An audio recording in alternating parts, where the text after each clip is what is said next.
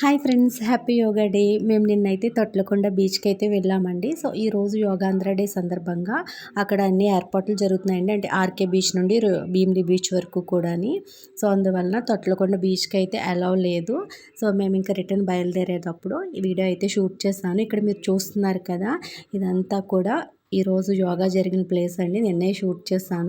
ఇలా రోడ్ అంతా కూడా గ్రీన్ మ్యాట్ అయితే వేశారండి. నెక్స్ట్ వచ్చిన వాళ్ళకి ఎటువంటి ఇబ్బంది లేకుండా వాటర్స్ కానీ, నెక్స్ట్ వాష్రూమ్స్ దగ్గరలో ఉండేలాగా అరేంజ్ చేశారు.